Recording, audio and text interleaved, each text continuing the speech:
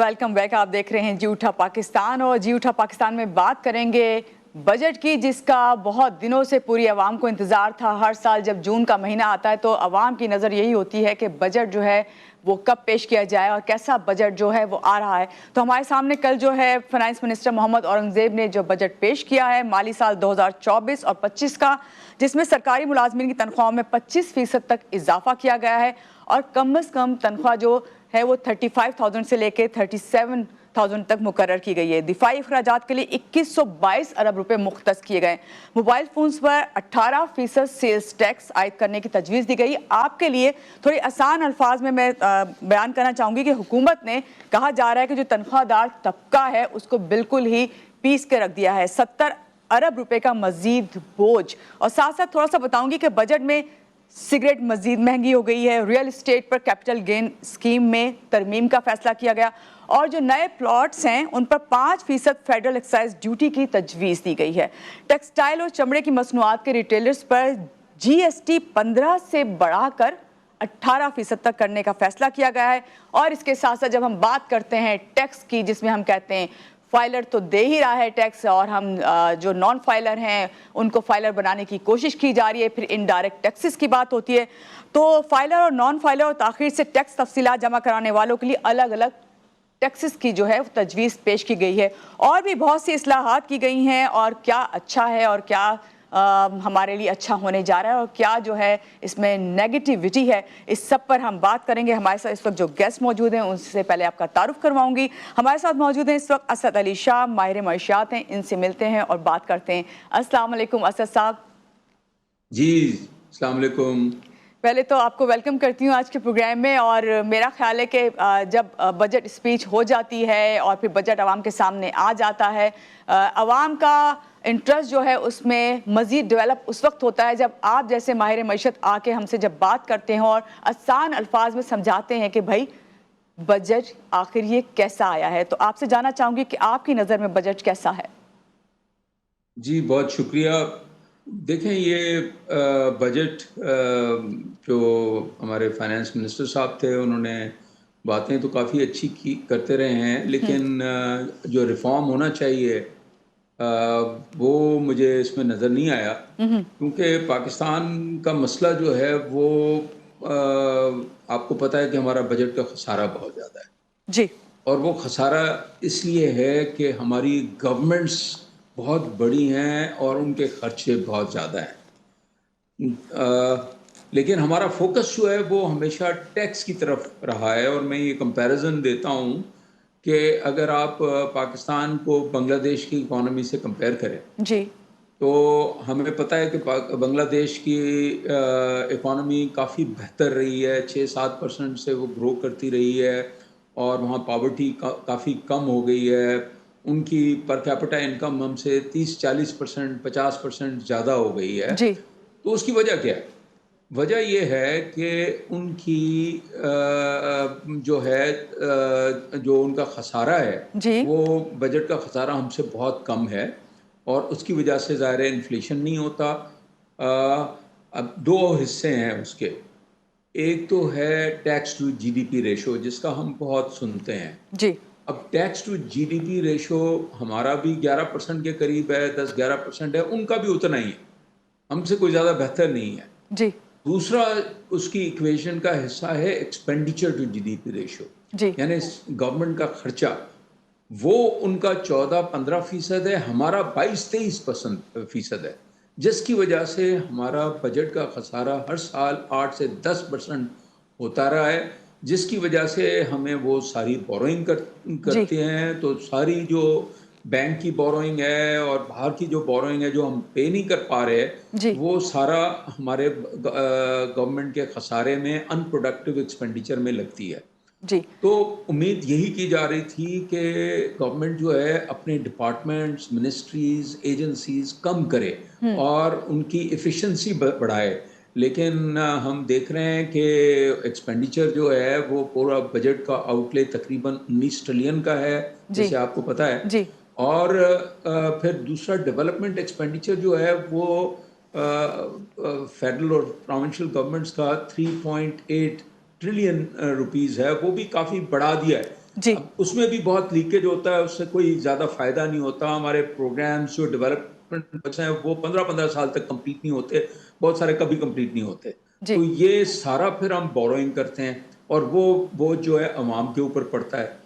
तो अब सारा रिलायंस जो है इस बजट में टैक्स टैक्स पर है जो बिल्कुल। है वो तकरीबन 38-39% से इंक्रीज करेंगे, ऐसी मईशत में जो कि ग्रो नहीं कर रही।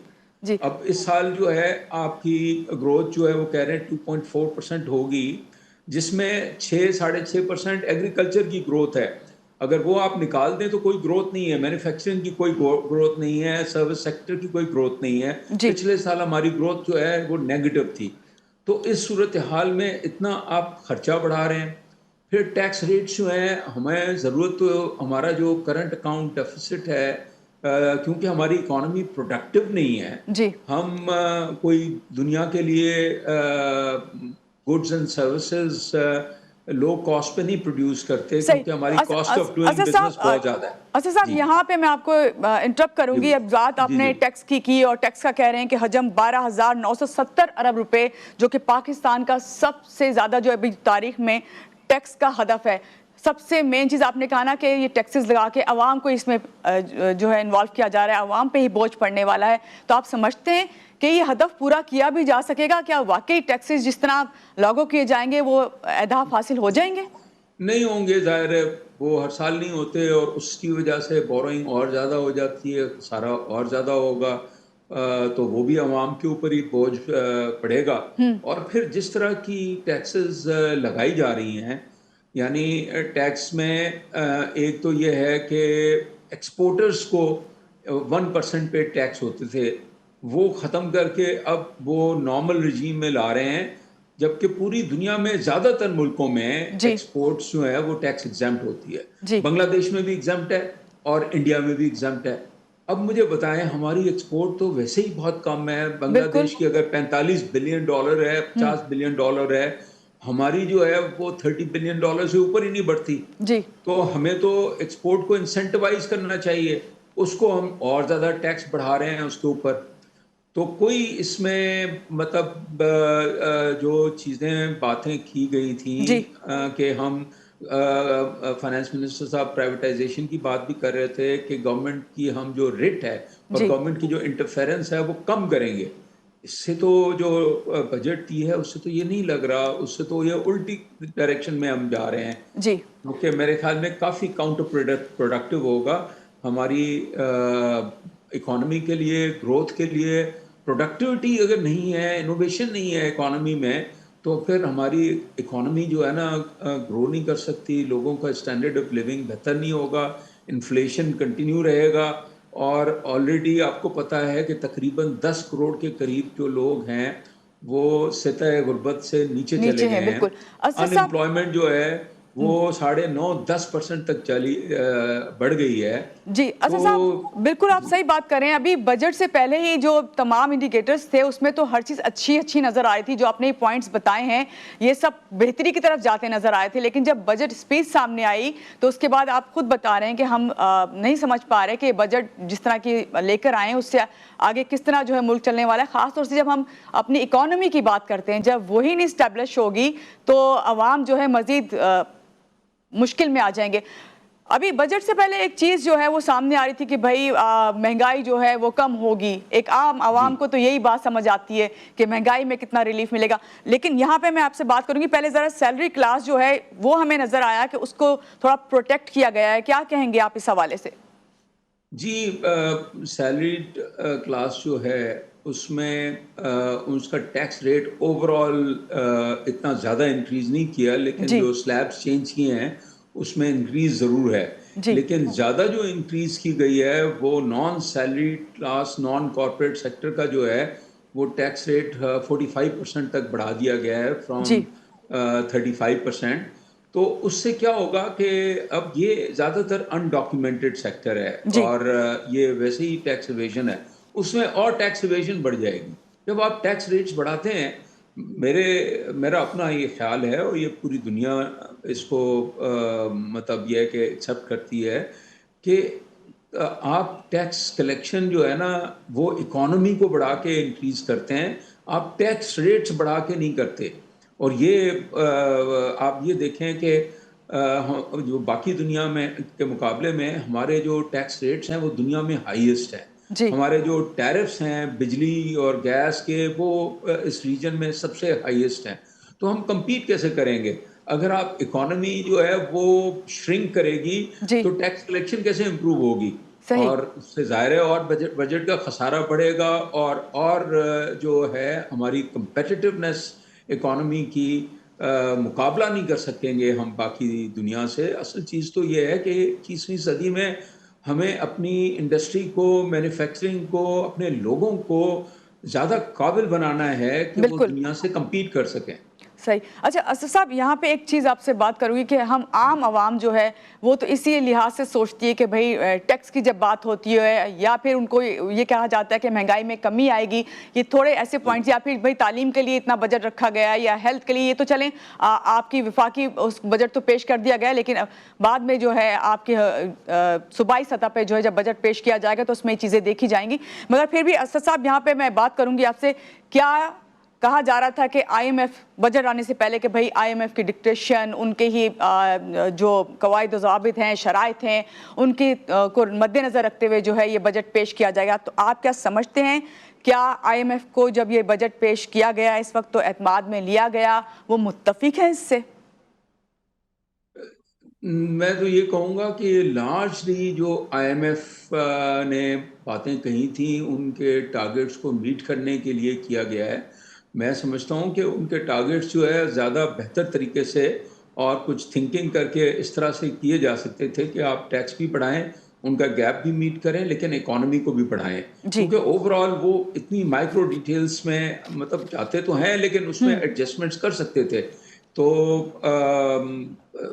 मेरा ख्याल है कि आईएमएफ के पॉइंट ऑफ व्यू से अगर ये बजट इस तरह से पास होता है, जिसमें भी काफ़ी डाउट है क्योंकि मुझे लगता है कि इस पे काफ़ी रेजिस्टेंस आएगा और गवर्नमेंट के एलाइज पीपल्स पार्टी तो मुझे लगता है कि वो भी अभी तक अलाइन नहीं है। जी बिल्कुल तो मुझे नहीं लगता कि ये बजट जो है इस तरीके से ये अप्रूव भी होगा। दूसरा, अच्छा late me also say some few जी पॉजिटिव जी थिंग्स जी अबाउट द इकोनॉमी। बिल्कुल, मैं यही चाहती कि पॉजिटिव हाँ, नोट पे आप बात को पॉजिटिव्स ख़त्म करें। देखिए पॉजिटिव्स थे और मैं समझता हूँ उस पर कैपिटलाइज किया जा सकता था।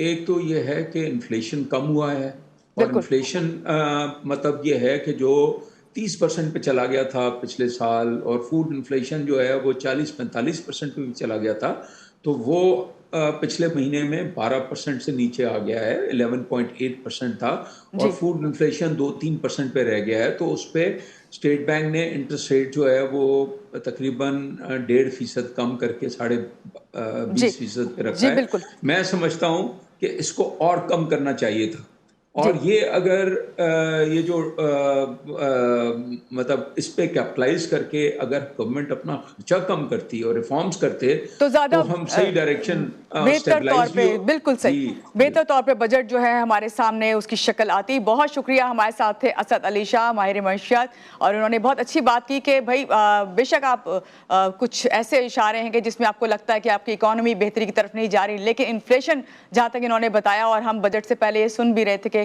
काफ़ी बेहतरी की तरफ आया है। तो भाई ये अच्छी अच्छी खबरें भी आपके लिए हैं और साथ साथ ये कि हम जिंदा दिल कौम है, खबरें आती हैं जाती हैं, अच्छी भी होती हैं बुरी भी होती हैं, लेकिन हम उस सबको जो है बर्दाश्त कर लेते हैं। और अब इस वक्त हम लगे हुए हैं ईद की तैयारियों में, और मज़ीद क्या क्या तैयारियां हैं इस प्रोग्राम में आज और क्या इन्फॉर्मेशन है आपके लिए। यहाँ लेंगे एक ब्रेक और ब्रेक के बाद फिर वापस आएंगे। आप हमारे साथ रहिएगा।